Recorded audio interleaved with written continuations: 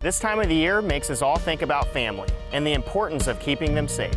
Just like my mom did over 30 years ago by choosing Honda. You can lease the 2018 Honda CR-V LX all-wheel drive for only $197 per month. That's peace of mind for only $197 per month. I'm Jason Perico for Bianchi Honda, and I promise to help you find the right Honda for your family.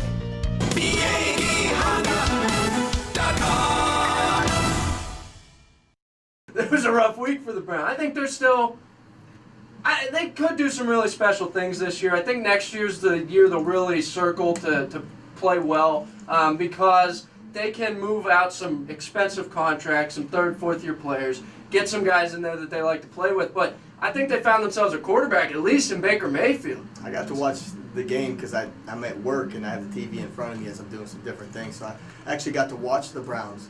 But it's, I'm from there, so it seems like the way the things went against them, it only could happen to the Browns, right? Right. I still haven't talked to my family back home, but the strip sack fumble, that was one. I think the spot that got overturned. I mean, we don't deal with those things at our level, but right. Only can happen to my Brownies. I just think it's kind of indicative of what's changing about football right now. It's offensive.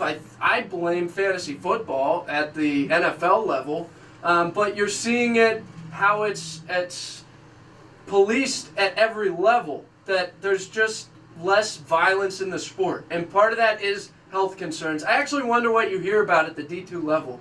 Do you hear of the same concerns about head injuries, things like that? I mean, you probably sit in seminars about it and stuff. Oh, we do. I mean, we get a concussion tutorial every year. What signs to look for, but it's our job as coaches to be able to teach these kids. There are times on film where I see my kids ducking their head, and I stop the film, and we spend about 10 minutes talking about the safety and those type of things and seeing what you're hitting, because some kids just naturally do it. So the rules are going in the right direction. I just don't know if the referees know how to police it. Some, even in our games, when there's a big hit that happens, you almost feel like the referees feel like they have to throw the flag just because of the big hit, and could be between the neck and the waist where you're supposed to hit them with their head up, but the collision is so violent they just throw the flag anyway. So I don't know if there's going to be a getting used to it type of thing, and if the rules continue to change. But as long as they're for safety, I can understand them. And we have to make sure that we're getting coached up by the referees and exactly what these people are wanting for these kids from a safety standpoint, and teach it to our kids. Yeah, you probably, much like you do with the different rules that change, you have to look at the way they're going to be administered, the way they're going to be called. Do they send you film? Do they send you things when rules change? Yeah, we watch them as a coaching staff, and then I watch it with the players in the room. Okay. So they do send some, periodically they'll send, there was a big deal about cut blocks and where they can happen, and actually the video made me more confused than what it was. And actually, Alex, to be honest with you, we've been called for cut blocks that aren't cut blocks, and vice versa. And we're still all trying to figure all that stuff out. I think eventually they're going to move to not let anyone cut anybody.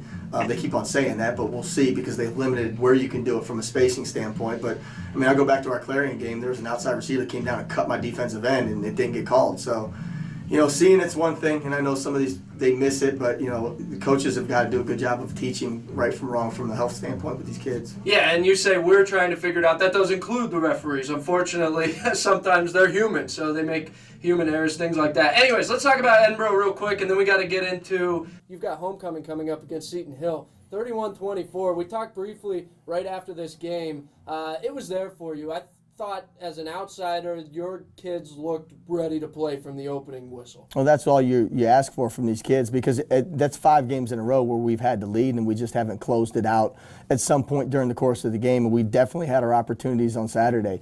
I'll tell you what, football, there's life lessons taught in it. We're 0-5. How do you bounce back? Character versus reputation, situations not making a man, revealing them. My kids going out and playing hard and being coached up during the course of the week. It is what it is from a record standpoint, but I couldn't be any prouder than the way that the coaching staff coaches and the players go out and work their tail off to prepare themselves for the next week. We didn't expect some of these injuries to happen. They're part of it. Can't use it as a crutch or an excuse. And actually, the kids that went on the field that are freshmen and or kids that we didn't expect to be out there, played really well on Saturday and kept us in a ball game versus a really good football team that I think a lot of people on paper didn't think we had a chance to win. And it was definitely there for us. I thought our tailback played phenomenal. I thought that was Marcus's best game back. And we had our moments on Saturday. Give credit to Edinboro. They finished it off, but, our kids played hard, and I can't complain about that. I mean, they went out and played their tail off. I want so badly for these kids to feel a victory and what it's like, because they don't give up. They work their tail off. You mentioned injuries. Jimmy Keefe's out, so you got Jason Dambach. You've got the redshirt sophomore freshman, first start of 2018.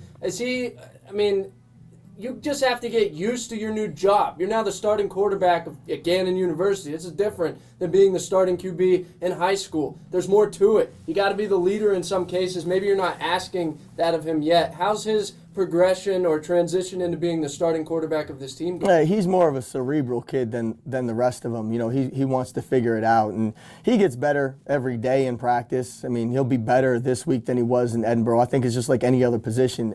Game experience is a lot different than what you see in practice. We try to do more 11-11 football in practice now to help out his learning curve.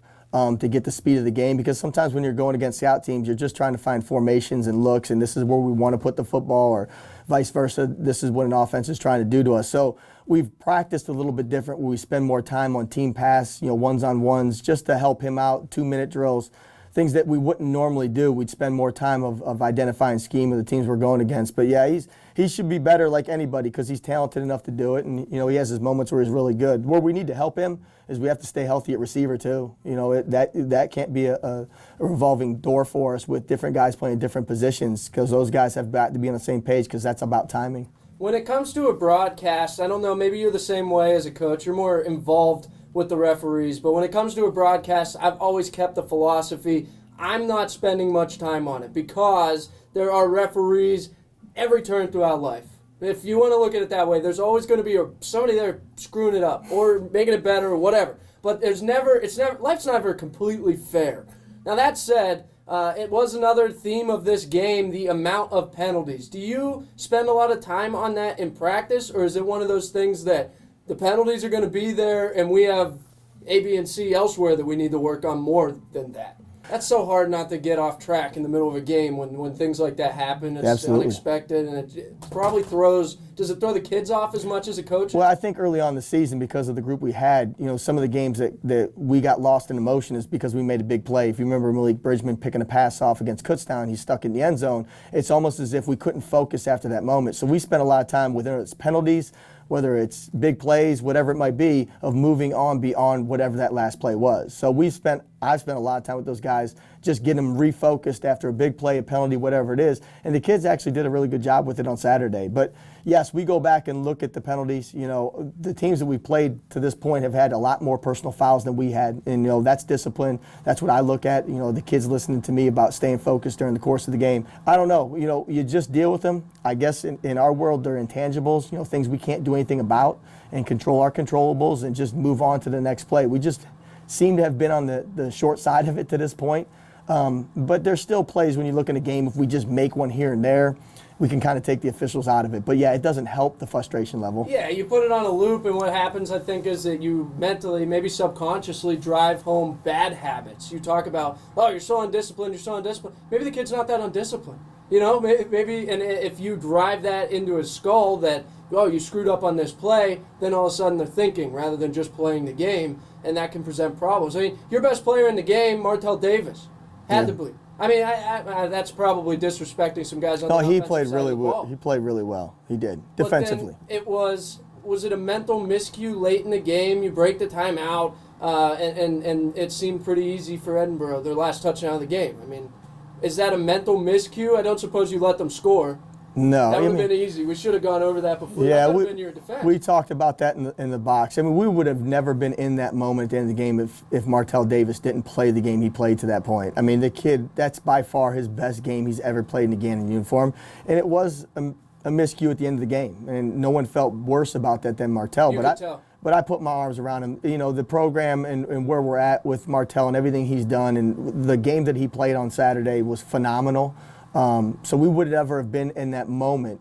And, the truth be truth, he made a big interception to put the ball back inside their 40, late in the fourth quarter. So we had our chances and our opportunities. It's unfortunate that it came down to it, and Martell's not a kid that's going to run from responsibility and start pointing fingers. I mean, he's going to own up to anything, and I'm telling you, we would have never been in that spot if that kid didn't play. From his on-field adjustments, his ability to tackle, how violent he played, I couldn't be prouder of the game he played. I think that it presents a unique opportunity for him that he can, as you mentioned, control that reaction to what happened last week. He can go out and have an even better game than maybe the best he's played in uniform in that last one. But and at the end of the day, you left yourself enough time that you gave yourself another possession. So It is what it is. It's football. You got to play the games. It's Seton Hill coming up, and more importantly than you need to play in a homecoming game, you need a W. You need a win. I don't have to tell you, right, Coach? Absolutely. We talk about it. In the worst way, I want these kids to feel what it is.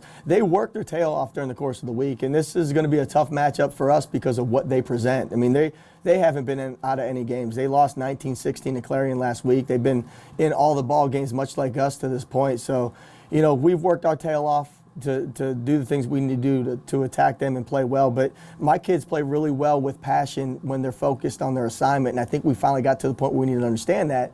But if we get a lead, they're constantly reminding themselves not to fall off, and someone's got to be that catalyst in the fourth quarter to make a play that puts us over the top, whether it's 2 scores, a defensive play, whatever it is. We need a catalyst to make that happen, and it's going to happen at some point. I hope to God it's this weekend for these kids, and coaching staff has been coaching their tail off, and they've been working their tail off, so they want it, and so do we. He is Brad Rzyczycki, head coach of the Gannon Golden Knights. Really appreciate it. Good luck this weekend, Coach. Homecoming, 12 noon, McConnell Family Stadium, Seton Hill. I also got to thank Craig Smiley from your neck of the woods. Solon. He's a Solon Comet. Yeah, the pride of Solon. Twinsburg and Solon, yeah, they're enemies. Jet 24, Fox 66. Also want to thank Zach Borland, and thanks to Brad Rzyczycki, head coach of the Gannon Golden Knights. Thanks to you for listening. Same time, same place tomorrow, 4 to 6. You got baseball tonight. Enjoy it.